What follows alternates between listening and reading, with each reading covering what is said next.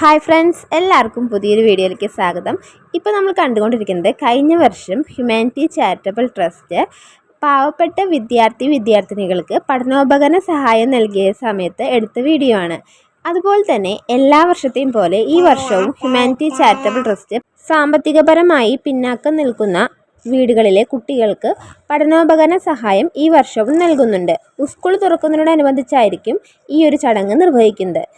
LP, UP, high school, higher secondary അങ്ങനെ എല്ലാ വിഭാഗത്തിലുള്ള കുട്ടികൾക്കും പഠനോപകരണങ്ങൾ വിതരണം ചെയ്യുന്നുണ്ട്.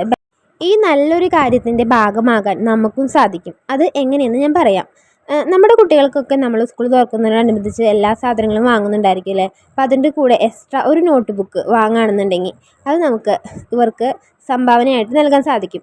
അത് അർഹതപ്പെട്ട കുട്ടികളുടെ കയ്യിൽ തന്നെ ഹ്യൂമാനിറ്റി ചാരിറ്റബിൾ ട്രസ്റ്റ് എത്തിക്കുന്നതായിരിക്കും. നിങ്ങൾക്ക് പഠനോപകരണങ്ങളായോ പണമായോ ഈ ഒരു സംഘടനയ്ക്ക് വേണ്ടി സഹായം ചെയ്യാവുന്നതാണ്. അങ്ങനെ ചെയ്യാൻ ആഗ്രഹിക്കുന്നവർ താഴെ കാണുന്ന നമ്പറിൽ കോൺടാക്റ്റ് ചെയ്ത് കഴിഞ്ഞാൽ തീർച്ചയായും ഞങ്ങൾ നിങ്ങളുടെ സഹായം സ്വീകരിക്കുന്നതാണ്. നമ്മളെല്ലാ കാര്യങ്ങളും സുതാര്യമായിട്ടാണ് ചെയ്യുന്നത്. അപ്പോൾ നിങ്ങൾക്ക് താല്പര്യം ഉണ്ടെന്നുണ്ടെങ്കിൽ താല്പര്യമുള്ളവരുടെ പേരടക്കം നമ്മൾ സഹായം നൽകിയവരുടെ പേരടക്കം നമ്മൾ ചാനലിൽ തന്നെ പ്രസിദ്ധീകരിക്കുന്നതായിരിക്കും.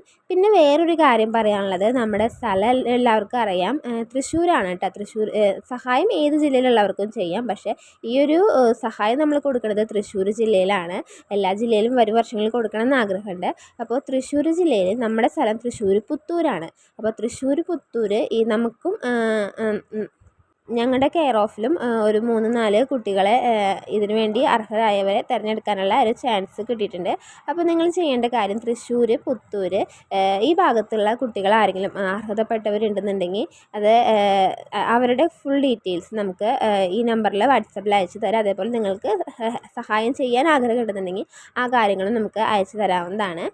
അപ്പോൾ ഏറ്റവും അർഹതപ്പെട്ട കുട്ടികളെ മാത്രം നിങ്ങൾ തിരഞ്ഞെടുക്കുക. കാരണം അങ്ങനെ അർഹതപ്പെട്ടവരുടെ കയ്യിൽ കിട്ടുമ്പോഴാണ് സഹായത്തിന് അതിൻ്റേതായ ഒരു വില ഉണ്ടാവുള്ളൂ. നമുക്കറിയാം, നമ്മുടെ കുട്ടികൾക്കൊക്കെ നമ്മൾ ഒരുപാട് ബുക്സും എല്ലാം വാങ്ങിക്കൊടുക്കുന്നുണ്ടാവും. ആവശ്യത്തിനധികം ബുക്കും അതേപോലെ പെൻസിലും പേനയും റബ്ബറും കട്ടറൊക്കെ വാങ്ങിക്കൊടുക്കുന്നുണ്ടാവും. അപ്പോൾ അത്രയും പുസ്തകമൊക്കെ ഉള്ളത് നമ്മുടെ കുട്ടികൾക്ക് ആരെങ്കിലും ഒരു ബുക്ക് തന്നു കഴിഞ്ഞാൽ അവർക്കത് അത്ര വില ഉണ്ടാവണമെന്നില്ല.